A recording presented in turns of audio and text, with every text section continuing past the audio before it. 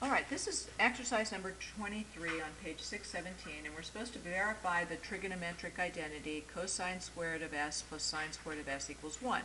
And I've replaced s with theta because we're more comfortable and familiar of thinking of this as an angle measure instead of just a number s. But basically, we're looking at an angle 3 pi over 4. So if I just sketch a unit circle, I know that if this is 0 radians and I come around it to a full 180 degree, there's pi radians. And so half of pi is up here. So 3/4 of pi, I'd have my 45 degree reference angles going out like so. So 3/4 pi would come around right here, and this would be a 45, 45, 90 right triangle. This is a 135 degree angle with a 45 degree reference angle. So if I just sketch that angle a little bit bigger, we know that this radius is 1. And I know that if I take 1 and divide it by square root of 2, I get these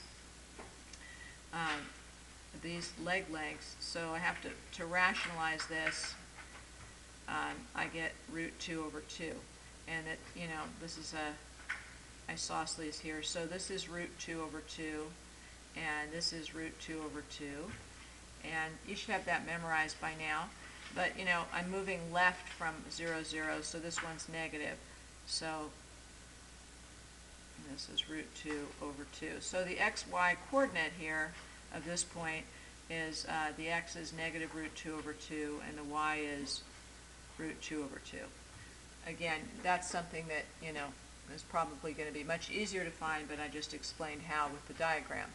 So now we're going to verify this identity. So we're going to say the cosine squared of 3 pi over 4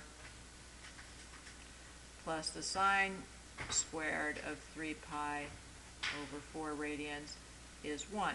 So the cosine, basically, of 3 pi over 4, we've just showed is negative root 2 over 2. So I take negative root 2 over 2 squared plus the sine is root 2 over 2 squared equals 1. So when I square this, it becomes positive 2/4 plus 2/4 equals 1.